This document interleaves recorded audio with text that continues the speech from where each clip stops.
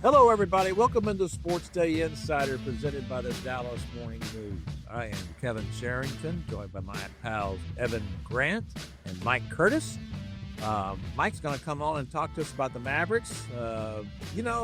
Mike, since you've been on this beat, a lot of stuff has happened, and I'm just going to say most of it not good. Now we did give you credit for the finals run. Okay, we're going to talk about. You can take that. That was good. But that was also not a full season, Mike. So with your first full season on the beat, has just been, or at least let's just say the calendar year last year was a disaster. But I'm not going to blame that on you, Mike. You're way down the list of people I blame for that. I'll just tell you that. Okay, is that all right? I know who's number one. Yeah, we all know who that is. Yeah, we do know that. So Mike, we had some news. Who would that be? Oh, I don't know. Some guy who's was at an Arkansas basketball game a few weeks ago. Like, why in the world is he in an Arkansas basketball game? It's just like with each passing week, even after Nico's exit, his tenure gets worse. Yeah, it's the curse of Nico. It's the gift that keeps on taking. Yeah, it does. So, speaking of which, as we're taping this on Tuesday afternoon, word just came out. Well, two words just came out. So the first one was from Sean Sherrington, who said that Anthony Davis was going to have surgery on his left hand, and it would be out for a couple of months, and that this opened up the trade market again for him, which seemed kind of crazy to me, but the reasoning seemed to be that he'd be available for the playoffs for a team making a push. And then immediately almost following that, then Anthony Davis tweeted for the first time, I guess, in almost a year, Mike, and said it was all lies. 2025. Yeah. So Mike, give us your take on this, and because that's about all he said, right? He just said it was all lies. So tell us, Mike, what you think was the lie here, or at least give us an idea of the levels here of the different things he might be talking about. Yeah, rate the lies. Rate the lies, Mike. For one, I think he's shooting down the fact that he's going to be out for multiple months and he's not going to return for the rest of the season. Obviously, he hasn't had the best season health-wise. He was out for 14 games to start the year with that calf injury. It's been up and down since, his consistency and availability. So I think first and foremost, he wants to let people know that he's going to be available. He didn't specify, obviously, whether it's going to be with the Mavericks or if it's going to be with another team. The Mavericks aren't going to be a team that's going to be competing for the playoffs, at least if it keeps going how it is. It looks like they're going to focus on the development of Cooper Flagg, who had a really good game last night to help them beat the Knicks. But I think most importantly, Anthony Davis is shooting back on his availability. Let's just clarify real quickly on the level of lie there. I mean, are we going to accept that Anthony Davis's own diagnosis, or are we going to accept the track record of how much time he usually misses with injuries? So I don't know if I'm believing that his claim that that's a lie. Next lie. Next lie is the fact that the Mavericks are having renewed trade interest with multiple teams. That could very much be true. The Mavericks have engaged in trade talks about Anthony Davis for a little over the past month. I'm sure for a fact that that's the case, just because he was playing his way back into playing shape. They wanted to up his value before the injury, and once the injury happened, it seemingly tanked once again. I was under the belief that it was going to be difficult to move him with the current circumstances. But if you're a team who is a fringe team on making the playoffs this year, maybe you take a chance and maybe he's healthy by the time you make that playoff run and you get to integrate him into your lineup. That's hopeful thinking. But maybe you're doing the trade for next year when he comes back, hopefully fully healthy, to go with whatever core guys you have. What team could that be? Could that be the Atlanta Hawks, who have registered interest? Could that be the Toronto Raptors, who also gauged a level of interest with the Mavericks? We know Golden State has been a big fan of Anthony Davis for a while, but they're concerned about his durability. It's interesting which teams will be out there that'll be willing to accept AD's massive contract. Can he go home to Chicago? Yeah. So here's the thing too, Mike, as you pointed out and laying this all out, is that first of all, I thought if he had surgery, he was going to be out like 6 months. That this season was shot, and it was probably, you're talking about next season at that point. So the fact that you could have surgery, and I don't even play a doctor on TV, so I don't know if you can get back for the playoffs or not. That seems, maybe that's not far-fetched. I don't know. And it's his left hand, right? So it's not his dominant hand. And so maybe that would work. So I guess that's a possibility. But clearly, as the report noted, which was the worst part about the report, not so much the surgery or anything else, was that, these talks have reemerged at a lesser value for the Mavericks, which is like the worst news possible. So there's a number of things going on here with the Anthony Davis injury. And of course, just another Anthony Davis injury is that I didn't know. I didn't have a good feeling yet, Mike, and you would have a lot better feeling than me, that the Mavericks were committed to tanking. If you've got a healthy Anthony Davis, you can't tank, right? You got Cooper Flag, you got Davis. That's those two pretty good players, and you got some nice supporting cast. You would be a fringe pursuer at that point if he were healthy from here on out. But without him, well, they're just, all right, here you go. You just play the guys you got, and it's a noble tank job. You're just doing what you can do here, and you're concentrating on the development of Cooper Flag, and that's all good. And that's the best thing that can happen to this franchise, because as we know, they don't control their first round draft pick after this one until 2031. So they got to get this one right. And this just so happens to be a very good draft class, at least at the top of it. Top 5 players are considered really good. And then after that, it goes down a little bit, but those are still good players too. Right now, they're sitting at 9. So there's multiple things that can happen here. So on the one hand, it's good that AD is out, in my mind, because then you're committed to tanking. But on the other hand, if you're going to trade him now, you just lost value. I mean, see if you can give us an idea, Mike, on what they might have been able to get for AD before he got hurt again, and what he might command in a trade now. Yeah, for sure. Before the trade, you're obviously not going to get everything you lost by trading a guy like Luka Doncic. That's just a good right now. That's done, and that's all. Yeah, that's all a disaster, and there's no recouping that. Absolutely no. Right, but first and foremost, you need expiring contracts. You need a young piece that'll fit Cooper Flag's timeline, and you need draft compensation because, like you pointed out, you won't have much of it for the next 4 or 5 years. So before the injury, I mentioned the Atlanta Hawks earlier. You could get a package together. Say Kristaps Porzingis, and I know a lot of people aren't too excited about this package. KP coming back. They don't want to go through that again. But when healthy, you put a healthy KP next to Cooper Flag. You give him a stretch big. I think that changes a lot, opens the floor up. But that's another big if, because Kristaps Porzingis hasn't been able to stay healthy over the last few years. You get a guy like Luke Kennard, who's another expiring contract, which means these 2 expiring contracts, they'll be able to be on the team for the rest of this season, and then they're off your books, and you're able to go pursue someone else in free agency that you actually really want, instead of this being like a salary cap filler. And then a young player, and it's not, I don't know if Atlanta will be willing to part ways with Zachary Richey, who was the former number 1 pick, who's kind of overlooked because he hasn't played up to the standard that most number 1 picks have as of late. You think of a guy like Cade Cunningham, Anthony Edwards, Victor Wembanyama, Cooper Flag, and then you have Zachary Richey. It's not the same, but he can be a piece that can kind of grow alongside. and he probably could benefit from a new environment.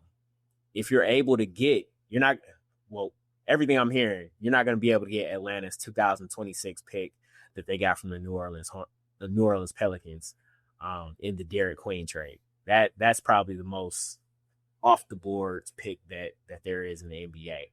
And it's going to be very valuable because the Pelicans essentially aren't going anywhere. They're going to be in the lottery again too. So in a draft as stacked, as top heavy as this is, I think that the Mavericks definitely should prioritize this pick because they're not going to have a lot of first rounders going forward. But that was before the trade. That was before the injury. After the injury, I'm not sure if you'll be able to get a young piece. I'm not sure if you'll be able to get a pick. If you look at just the Trae Young deal that just happened, we saw Trae Young go for CJ McCollum and Corey Kispert, and that was it. Yeah, that's not much. Which isn't much at all.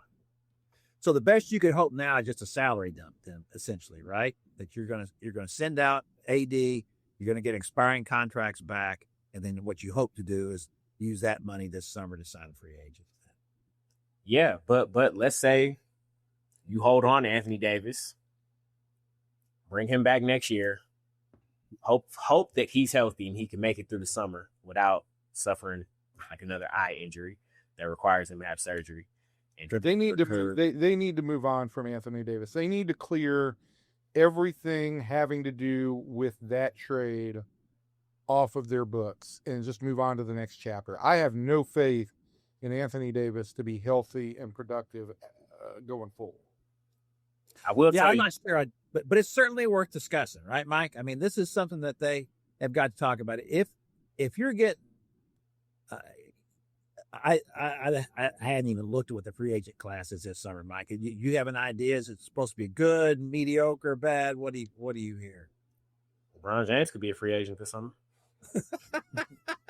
Let's bring in Bron Ball. That'd be great. Get he and Kyrie back together again. That'd be fun. Let's hope that maybe one or two of them could be on the floor. I mean, I think trading Anthony Davis to the Hawks would be absolutely perfect because the Hawks already traded Luka Doncic one time to the Mavericks after they drafted him, and they did. I didn't even think about that. Sure. I just feel like this has been such a disaster, and the Mavericks need to move on from this whole chapter and be able to close the book on it as fast as they possibly can.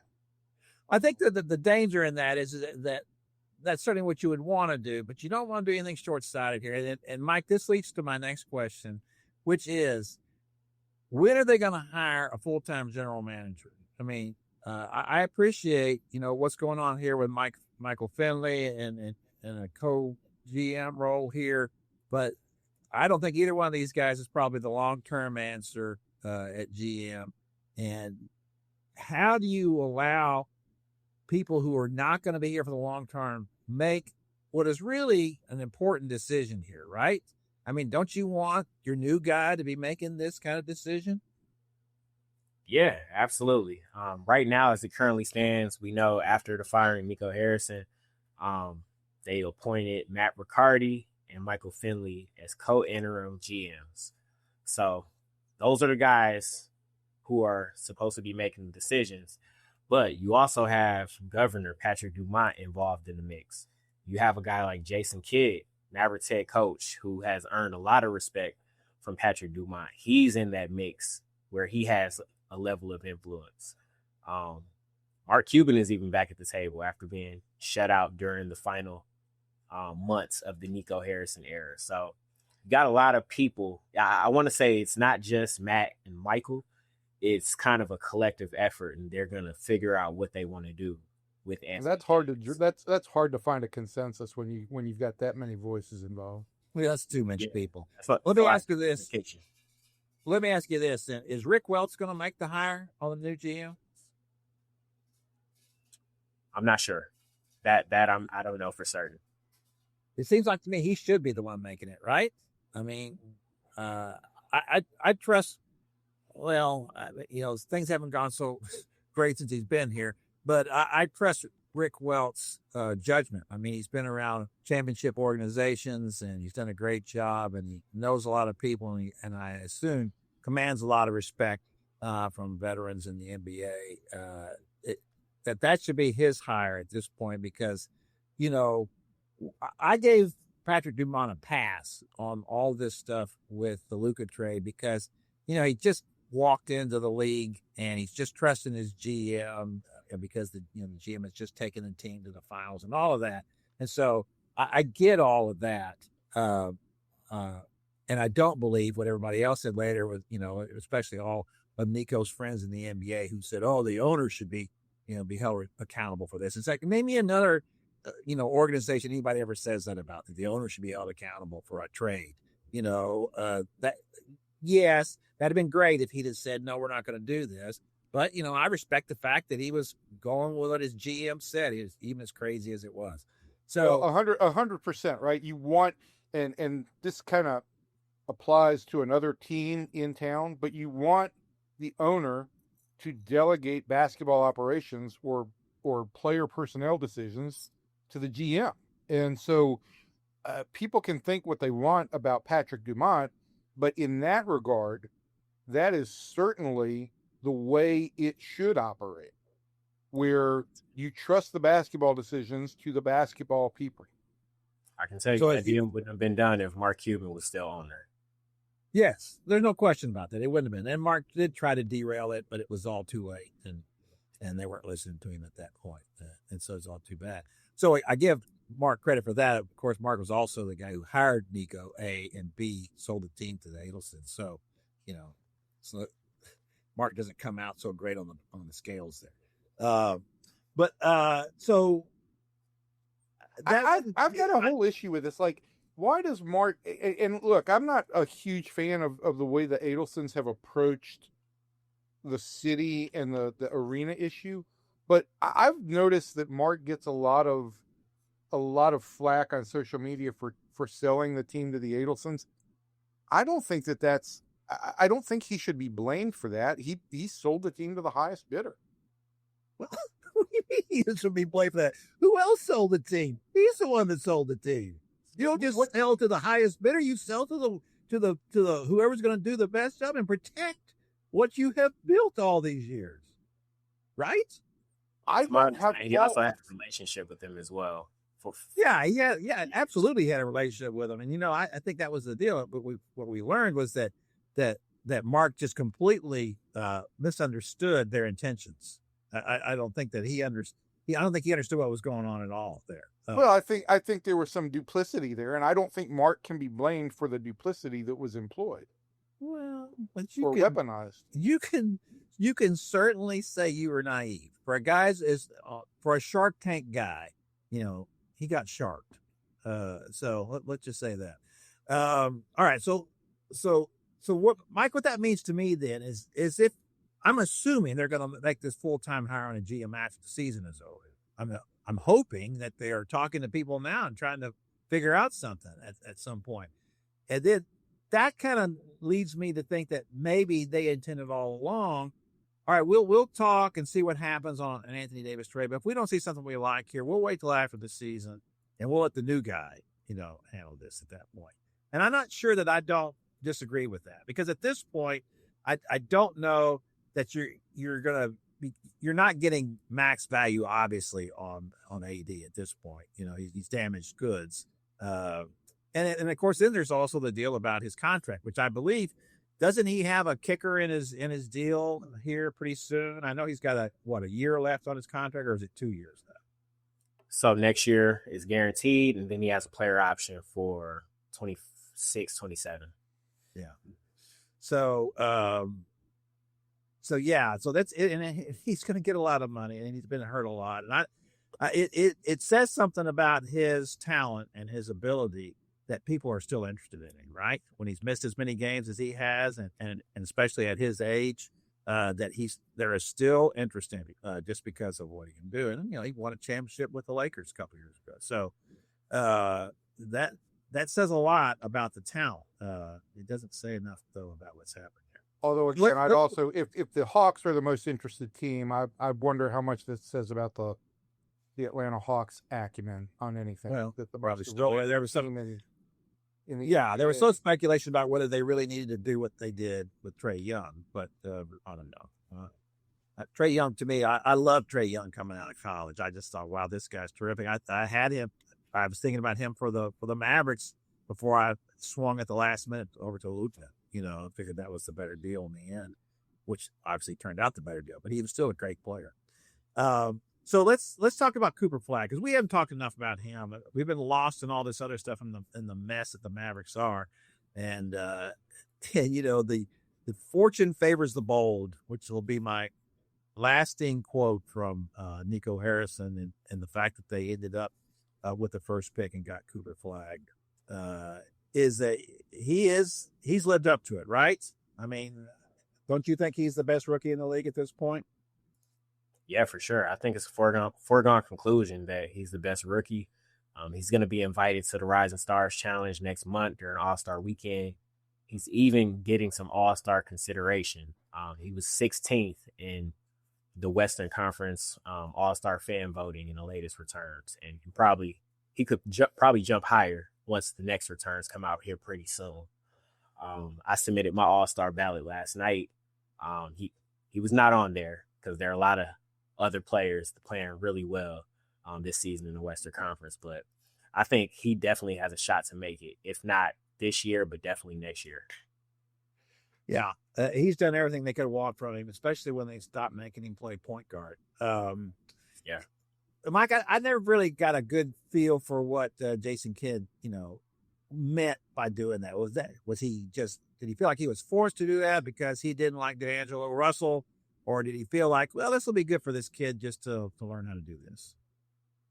I think it's fair to say there's a little bit of both in there. Not that he didn't like D'Angelo Russell, but that D'Angelo Russell is, I want to say, if he's not playing well offensively, he sometimes can be a liability on the defensive end as well. So Cooper Flag, he's a guy that does it on both ends of the floor. And when you look at every guy who's pretty much the guy on their teams, whether it's Shai Gilgeous-Alexander, Anthony Edwards, even Victor Wembanyama, they have the ability to initiate offense. Even LeBron James, though he's in the twilight of his career, he was the guy that had the ball in his hands pretty early, and it was a struggle. It was a struggle early on, but eventually, after enough reps, enough experience, that's the guy you want the ball in his hands when it matters the most. And we see that with Cooper Flag, especially in the clutch. He's one of the league's leaders in points in the clutch, and he's just 19 years old. So I think like him getting pressure early in the season by some of the best defenders in the league. You got the Thompson twins, Dylan Brooks, Lou Dort, a lot of guys who take on the best perimeter player on a nightly basis. That experience helped him, and he's far more comfortable in those double team opportunities now too. So I think it helped. It didn't look the best when the Mavericks were going through it earlier this season. But I even think you see moments in today's game or in recent games where he's embracing that challenge of initiating offense, and he's succeeding. Well, that's good to know, because I didn't think it was good, Mike. But, what do I know? It just felt like it was, to me, you want to ease a rookie, especially one with as much pressure as there was on him. It's the number one pick and all the ballyhoo and all the rest of it. But you make a great point. But that also kind of gives me the idea that that's what you do if your team is not going anywhere too, right? You might as well just bring in the young guy in and just shove him right into the fire, right? Yeah, but this was not supposed to be a team that struggled. This was obviously without Kyrie Irving, there were going to be struggles. But you still had Anthony Davis, and so it was still considered some idiot on this panel here picked them third in the West. So they were supposed to be pretty good, and that kind of, I don't know that what Jason Kidd did with Cooper Flag at the start of the season, to me, doesn't jibe with the idea that, we think we're a playoff team. That feels like, no, there's going to be a lot of growing pains here if you do this with this kid, and you're going to have to live with that, and that's probably going to cost us in the win column. either he just didn't care about that, or he had great faith that he could do it, or he didn't think they were going to be any good anyway. Yeah, you came into the season with a point guard problem already. Not having Kyrie sets you back. Nico Harrison went out and signed D'Angelo Russell, so you thought that would be able to kind of help. It was positioned that he was going to be the starter until Kyrie came back. He started a couple of preseason games, maybe, 2 preseason games, and then he got to start in the regular season for a couple of games. And then you go to Brandon Williams, and then you try Flag. Well, first you try Flag, then you try D'Angelo Russell, then you try Brandon Williams. Then you get unbelievable play from Ryan Nembhard, a 2-way undrafted rookie. And then you go back to Brandon Williams. So it's been interesting to say the least for the Mavericks at the point guard spot, but they definitely have a hole there. Yeah, no, without Kyrie.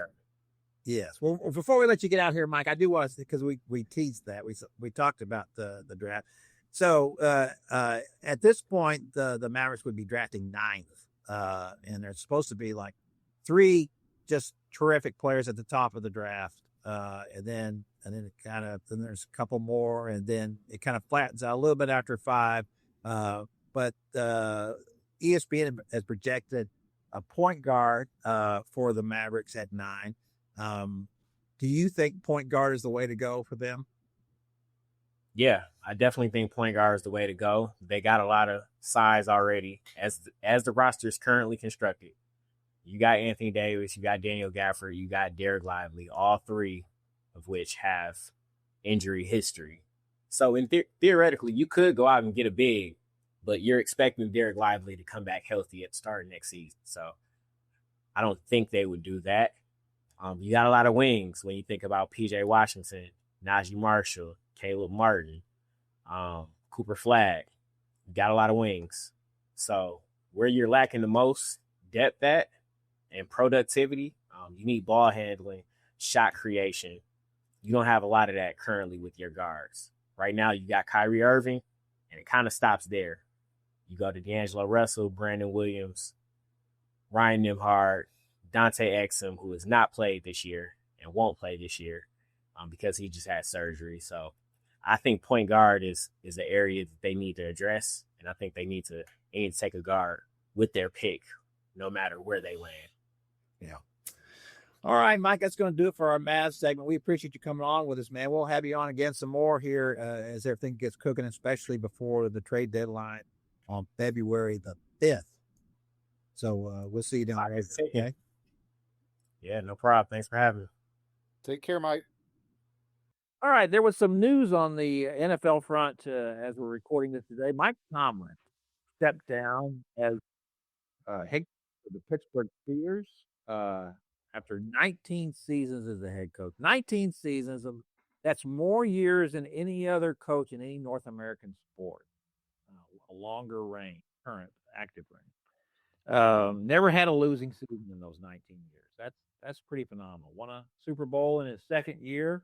Went back to the Super Bowl in his third year. Lost that one. Never went back. But I think as you trace his history there, I think you also find out that after Ben Roethlisberger, he never really had a quarterback either. And it's just kind of one of those things. To win a Super Bowl, usually you got to have at least a quarterback, and the Steelers have not had that. But before we talk about that, I just want to say one thing about Mike Tomlin. If he might be the most authentic head coach in the NFL. And by authentic, I mean there's nothing I doubt about this guy. There's everything about him is real. Like even in his last press conference, they asked him if he had a message for all those fans that were booing him, and he said, "No, there's nothing to say. There's only what you do." He said, "People talk too much in this league." He said, it's only what you do that matters. Those are words to live by for you, Kevin. Well, they are. I'm telling you. How could you not respect that? And everything I ever heard Mike Tomlin say, I was like, yeah, I believe that too. He had a great relationship with his players all these years. And that's what, frankly, gave me pause about George Pickens, was that if Mike Tomlin gave up on this guy, what the heck? What are the Cowboys' chances? I'm still not convinced that, it's the right thing to do to give him a long-term contract. But uh, I I believe that Mike Tomlin, unlike a lot of older coaches, because we also had um, John Harbaugh was also just released from the Ravens, another great coach who was in that job a long time and won a Super Bowl. So that's two pretty good head coaches floating around out there, and I have a lot of respect for John Harbaugh as well. Um, but the thing is, if you don't, at least Harbaugh had a really good quarterback in Lamar Jackson and has had him for a long time. Now he's underperformed at times, but he's a two-time MVP as well. Um, you know, if you don't have a quarterback, you can't win it all. A couple of years ago, I went back and looked at uh, teams or coaches who had won multiple Super Bowls, just a handful of them that have, and all of them won multiple Super Bowls with the same quarterback. One of the few who didn't, and a guy who won with three different quarterbacks was Joe Gibbs in Washington. And I think that's interesting because to me, that means that he's got to be one of the top two or three head coaches of all time. Because who does that? Nope. So I do think that if Mike wants to coach again and gets a job someplace else and gets a job with a good quarterback, I do think he can win again because I think he's that kind of head coach. I think the players really respect him and love playing for him, and he instituted that culture there in Pittsburgh. The Cowboys are, just talking about culture nonstop, and maybe Brian Schottenheimer is building one now, but there's no doubt about the culture that Mike Tomlin built in Pittsburgh, and of course, here's the other crazy thing about that. Evan, the Steelers will be looking for their fourth head coach since 1969. Yeah, I mean, it's Mike in my lifetime. I'm aware of three Steelers head coaches. Yeah, Noel, Cowher, and Mike Tomlin, and I've always thought that everything does get back to ownership, and it seems like every conversation we have right now gets back to ownership. But this is one thing that the Rooney family has done from generation to generation is hired people and let them do their jobs and trusted them. I am surprised that Mike Tomlin stepped down. I don't know how much pressure there was on him to step down, but this is a successful head coach, and I've always thought he was a really good head coach who maximized his talent that he had around him. And I do think that there's something to be said. The Steelers, look, they were the team of the 70s. But I think there's something to be said that this team has been successful for so long, and a large part of that is due to we're going to hire good people and we're going to let them do their jobs. And that does not seem to be the same mode of operation that the local football team employs.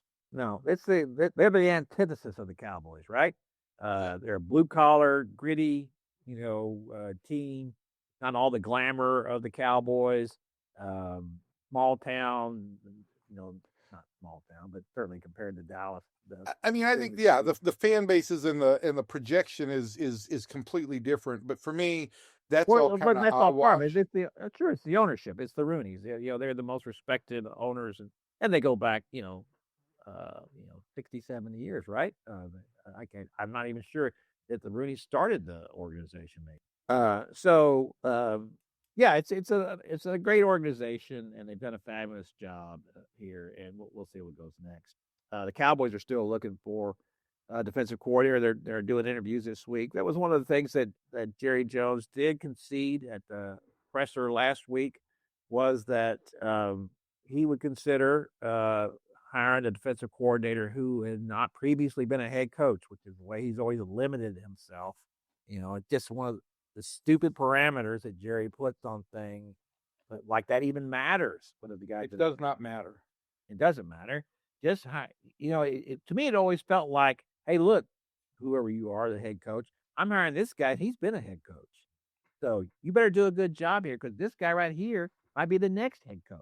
Yeah, I just think that I mean, when that becomes like your policy, that's just so full of mixed messages, right?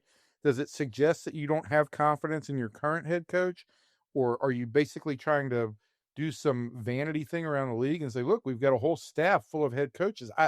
That should not be in the in the in the spectrum It of should what be a you're gonna.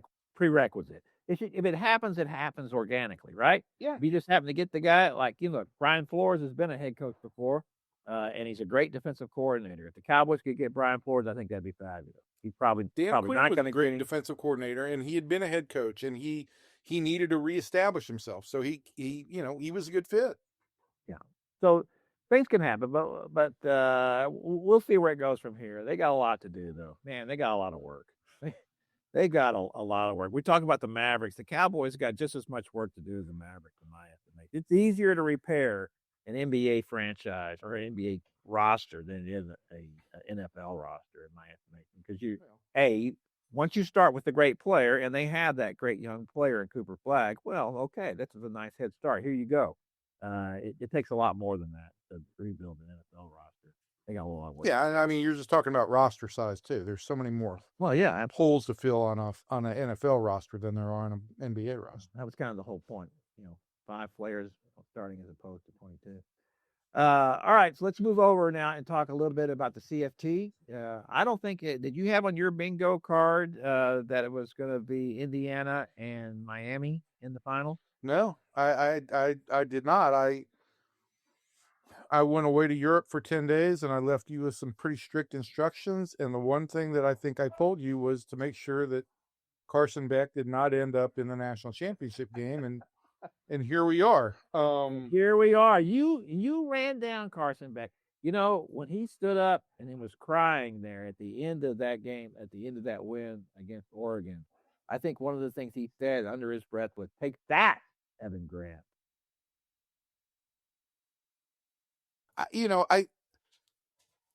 I just don't know what to ever make of Carson Beck. He is who he is. I mean, look, if you look, even during that game, I'm trying to remember who the quarterback was. It was an analyst on that game. Was that what's his name? The former Alabama quarterback. And he said at that point, Carson Beck's the kind of quarterback who's going to throw you some great passes, and then he's going to throw some interceptions. Yes, that's him. I think right now he's playing at the top of his game.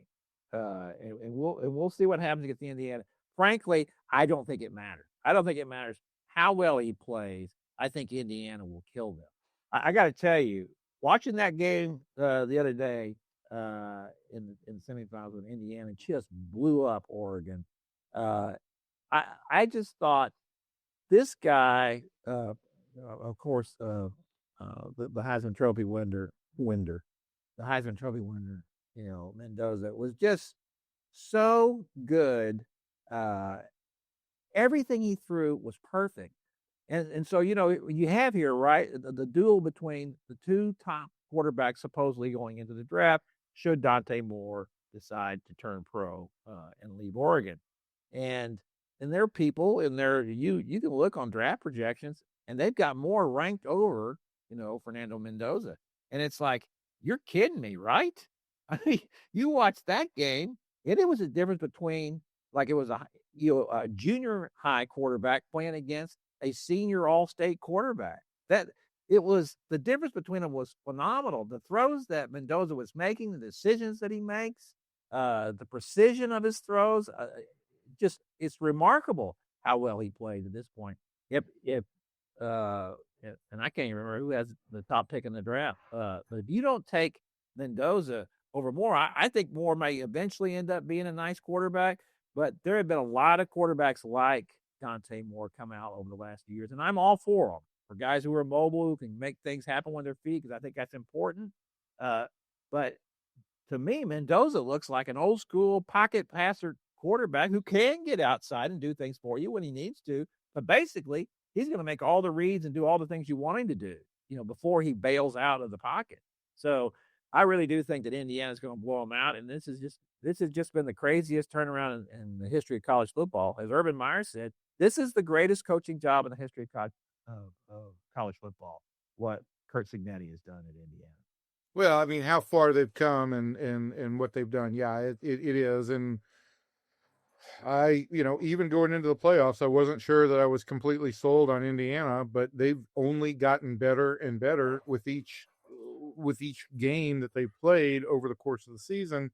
And I don't see them losing to Miami. Again, I still feel like I don't feel like Fernando Mendoza is going to make mistakes. I don't know that I feel the same way about Carson Beck. And I've had issues with Miami's discipline, and penalty situation over the course of the year. So I just don't see a scenario where Miami wins this game. I think it's been a good playoff season. I think the games have all been have mostly been really good games. I just don't know that I see this being a real nail biter of a final. Now, the thing that Miami has to hope is that Indiana makes mistakes. Well, they don't make mistakes. That's why they are where they are. And it's one of the things that we should point out here is that I think the average age of the Indiana football roster, I get early of the starting player, is 24. That's the average age. So he is taking advantage. Cignetti has taken advantage in his transfers and the players he has of guys who started out in college in 2019 and got that bump because of COVID. And he likes older guys. He judges players, as he has said. I judge them on their production, not their potential. And to me, especially if you're a college coach, absolutely, right? I mean, why would you? That's why, to me, the whole idea that that's why the portal has become so important in college football is that, and I think it is almost dwarfed high school recruiting, is that you get a guy, you take a kid out of high school, and if he plays right away, the chances of him playing 4 years for you are almost nil.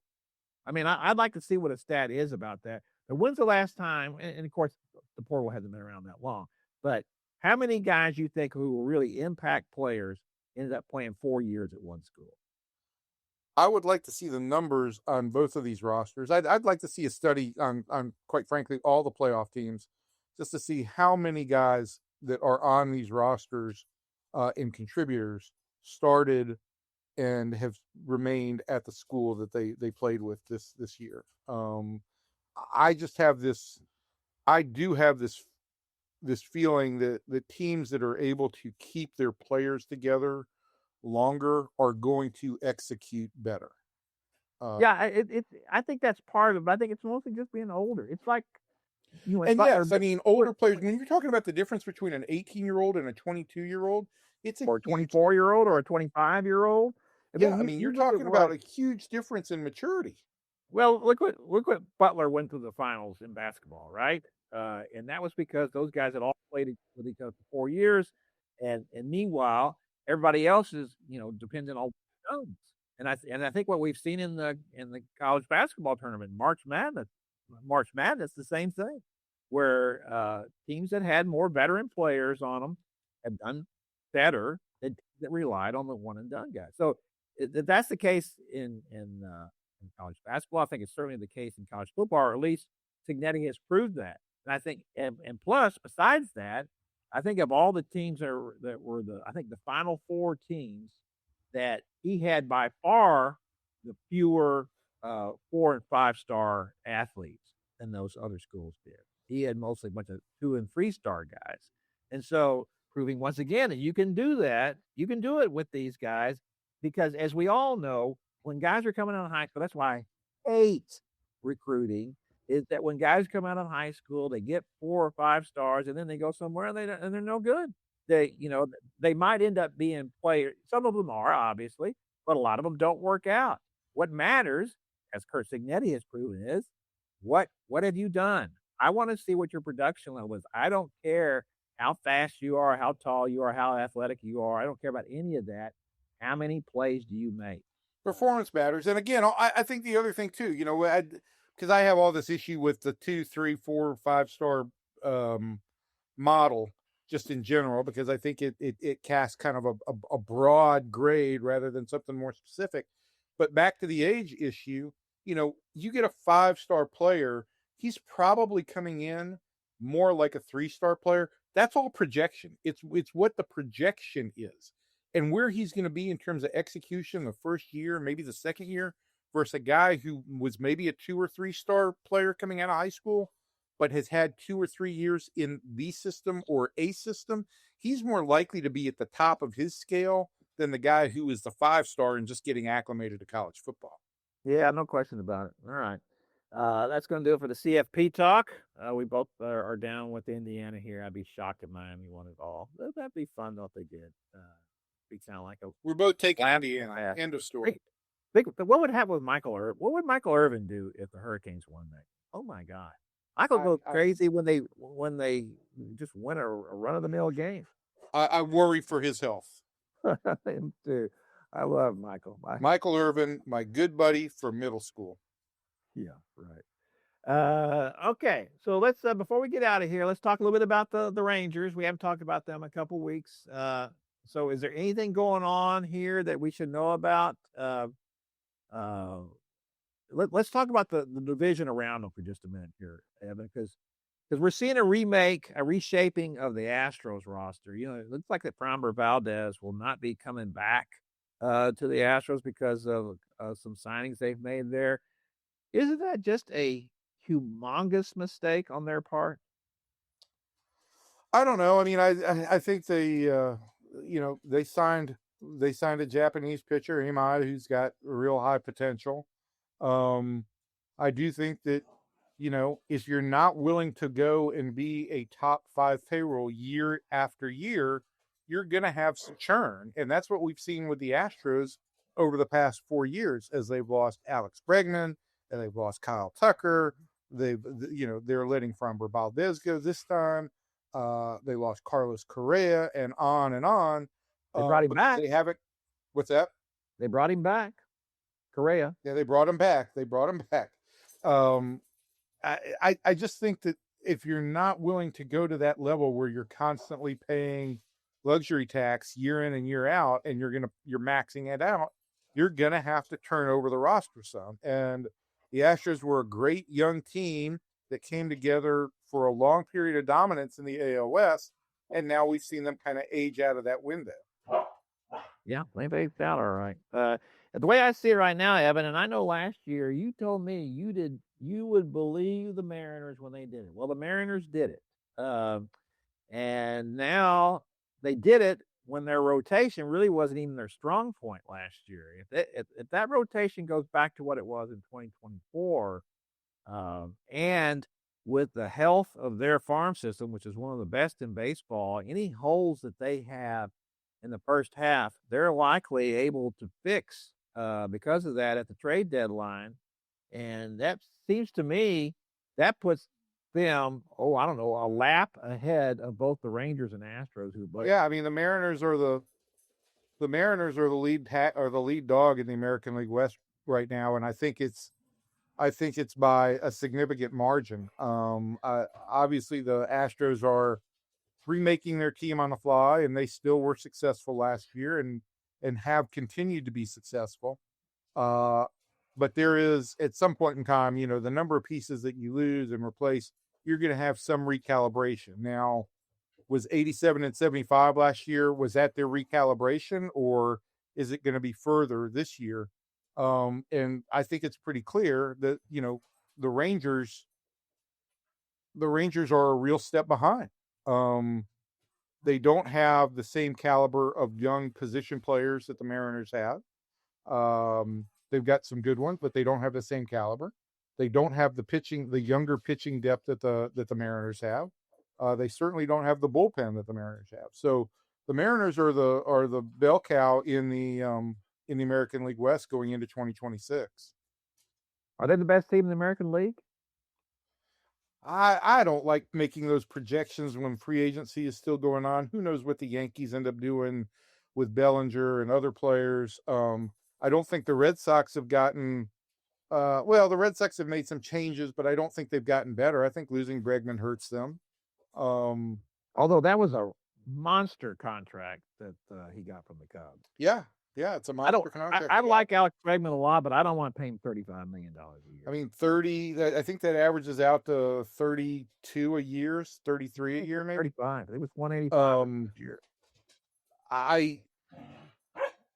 I think the Royals are a good young team. I think they've had some ups and downs, and they just moved their pitching in. I think that the Guardians continue to play really good baseball together. So I think the top of the American League is more egalitarian than the National League is. He's dropping the big words in. Oh, big words. But I think that I'm just gonna say right now, the Mariners are better than all of them. They are not only are they better, they're gonna be better because of their farm system. Are they better than the Blue Jays? Yes, I think they are. I think that their pitching is just better. I think their starting pitching was not great this last year, and there was no reason why that was so. You know, they have a track record of being excellent. I mean, that's a terrific staff. And so when they're all on, I'd go back to last year's ALCS. And the Blue Jays won that. But that's just their first time. When's the last time they were even in the playoffs? Like, I don't know, A-Rod. So that was a stepping stone for them last year. I expected them to maybe stumble a little bit, but I think they'll be good. I think they're going to really be good. So that's going to be a problem for I can remember back when the Mariners were really good and the Rangers weren't. That was no fun. Over some empty years, man. I'll tell you. Well, yeah, I mean, the Mariners have been one of the great underachievers in baseball for a long period of time. So they have taken a real step forward. Yes, sir. All right, we gotta go. We gotta go. Your damn dogs. Can you do a podcast without your farm? I mean, why don't you bring a cow and some sheep in there too? Why don't we have a whole thing? It's your voice really agitates them. They're very calm the rest of the time, but the minute they hear your voice, it agitates them. You've got headphones on. And I've just been refereeing a smackdown here for the last half hour. It's ridiculous. My favorite part was when you raised your fist. That was really good. I'm sure that got him going. Oh no, look, that's raising his fist at us now. Oh my gosh. It was like an episode of The Honeymooners. Oh, just come on. Well, anyway, I think we got to get out of here. Yeah, we got to get out of here. That's going to do it for it this week. We'll be back next week, and we'll talk about more stuff. So make sure you come back, and we'll see you then. From everybody in here to everybody out there, thanks, and we'll see you next. Amazing.